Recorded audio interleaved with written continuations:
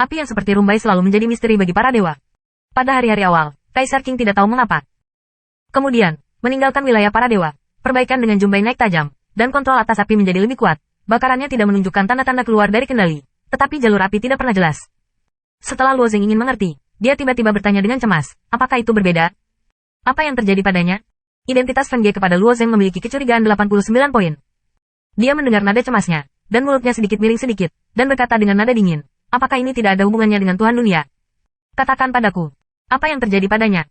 Luo Zeng mengambil langkah lebih dekat dan napas seluruh orang menjadi canggung. Dia akan merumput, berjumpai dan mereka ditempatkan di Feng Ge, karena istana Taimu sangat aman, dan itu adalah inti dari seluruh Tiangong. Saya tidak berharap hal semacam ini terjadi setelah Luo Zeng mendengarnya, hati saya kacau balau. Feng Ge tidak menyangka bahwa Luo Zeng akan menjadi begitu sengit dan sedih, dan hatinya juga kaget. Tangan yang lain menghancurkan cambuk emas dan langsung pergi ke Luo Zeng Man. Bahkan jika Jin Wusen Wo ada di dunia ibu, itu tidak bisa melukai tubuh Luo Zeng, apalagi api di distrik. Di bawah penangkapan Luo Zengyi, Jin Wusen Wo tiba-tiba selamat dan pecah, dan pada saat yang sama menggenggam Feng Ge dan dipaksa untuk bertanya, cepat katakan.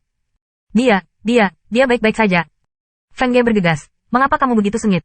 Setelah Luo Zeng mendengar jawaban ini, dia merasa sedikit di dalam hatinya. Baru kemudian dia menyadari kejanggalannya sendiri. Dia hanya ingin berbicara dan menyadari tujuan Feng Ge. Wanita ini sedang mencoba menguji dirinya sendiri. Suasana hati Feng Ge datar dan dia mencibir. Kamu memang murid istana surgawi kita, penguasa dunia, atau Luo Zeng. Luo Zeng juga tahu bahwa dia tidak bisa menipu lagu Phoenix. Dia sengaja membuat hal ini untuk menipu dirinya sendiri. Ini menunjukkan bahwa orang-orang telah lama skeptis, tetapi dia masih harus mengkonfirmasi keselamatan Jumbai, dan dia bergumam, tubuh Rumbai benar-benar tidak. Apa? Ibuku menciumnya, bagaimana mungkin dia memiliki sesuatu?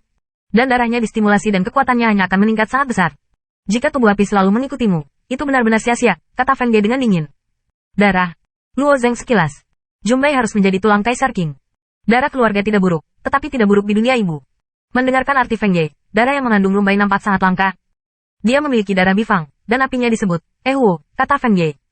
Bifang sama dengan Jinwu. Ia termasuk jenis burung dewa. Bentuknya seperti burung bangau, satu kaki, mulut putih, dan Bifang adalah bencana. Flamingo, tempat di mana ia muncul pasti akan memiliki api. Kali ini api di istana Taihao memenuhi legenda ini. Api. Jumbai disebutkan. Ketika dia masih kecil, dia sering tidak bisa mengendalikan apinya sendiri. Dari waktu ke waktu, itu menyebabkan kebakaran, jadi dia memasukkan istana terpisah untuknya. Feng Ge mengatakan ini, tetapi konsisten dengan legenda ini. Mengapa Rumbai bisa mengandung darah burung dewa? Bahkan jika ada kesempatan bagi keluarga untuk mewarisi darah, itu harus menjadi darah Jiuli. Dan apa hubungannya dengan Bifang? Luo Zeng tidak dapat memahami kebenaran. Kamu, tidak jujur. Aku sangat baik untuk ketiga murid. Feng Ge berkata dengan dingin dan melirik Luo Zeng, dan terus menghasilkan Jin Wusen Wo untuk terus memanggang panci besar. Dia telah bersama wanita yang memiliki Jumbai begitu lama, dan beberapa dari mereka secara alami membicarakan hal itu. Meskipun Jumbai dan Prokop tidak mengungkapkan cara mereka sendiri, mereka dapat muncul dengan Luo Zeng. Di sisi lain Luo Zeng pernah diselamatkan seekor Phoenix, tetapi dengan imbalan Ling Frost beberapa kali. Namun, pada saat itu, Feng Ge tidak tahu identitas Luo Zeng, dan secara alami ada kekaguman di hatinya.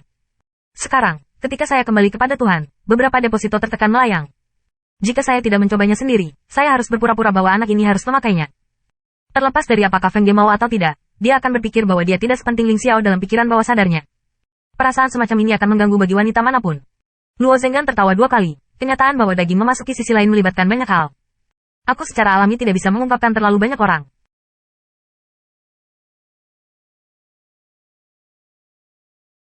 Feng Ge tidak lagi menerima kata-kata, tetapi berkonsentrasi pada melepaskan api kemasan, dan menundukkan kepalanya dan merenungkan apa yang Zizi.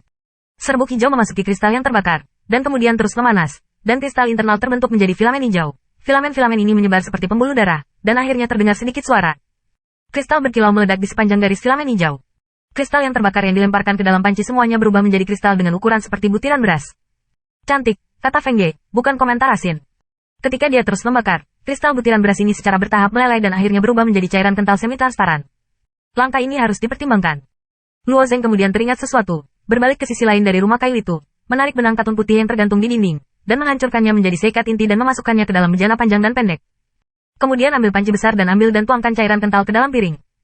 Meskipun ini adalah pertama kalinya melakukan pekerjaan semacam ini, kendali Luo Zeng atas kekuasaan tidaklah buruk, dan ia tampaknya sangat terampil.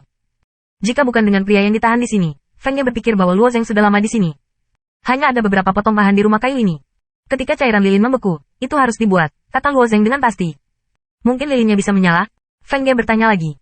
Cobalah, Luo Zeng mengangguk. Lilin itu memadat dengan sangat cepat, dan tak lama kemudian lilin di dalam kapal menjadi keruh dan berubah menjadi lilin putih.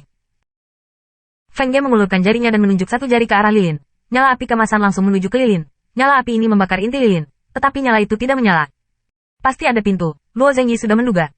Kalau begitu kita bukan, aku tidak bisa keluar selamanya. Feng Ge ragu dan bertanya dengan segera. Mungkin, kata Luo Zheng setelah berpikir, aku mungkin telah menyelesaikan tugas sebelumnya, dan bocah bermata tiga akan membiarkan kita pergi. Tidak peduli apa, dalam waktu singkat, dia tidak akan membiarkan Feng Ge menyentuh lilin di cincin sumi, bahkan topik ini tidak dapat didiskusikan. Setelah itu, dia melemparkan lebih banyak kristal ke dalam kuali, ditaburi bubuk hijau, dan membiarkan Feng Ge terus memanas. Luo Zheng mengambil perkakas dan mengeluarkan lilin yang ada di dalamnya. Di bawah kerjasama dari dua orang, efisiensi tidak buruk. Lebih dari 40 lilin dibuat dalam 5 atau 6 jam. Setelah menggunakan kristal yang menyala, Luo Zheng dan Feng Ge akhirnya memiliki waktu istirahat. Mereka bersandar di sisi rumah kayu dan menunggu bocah bermata tiga itu kembali.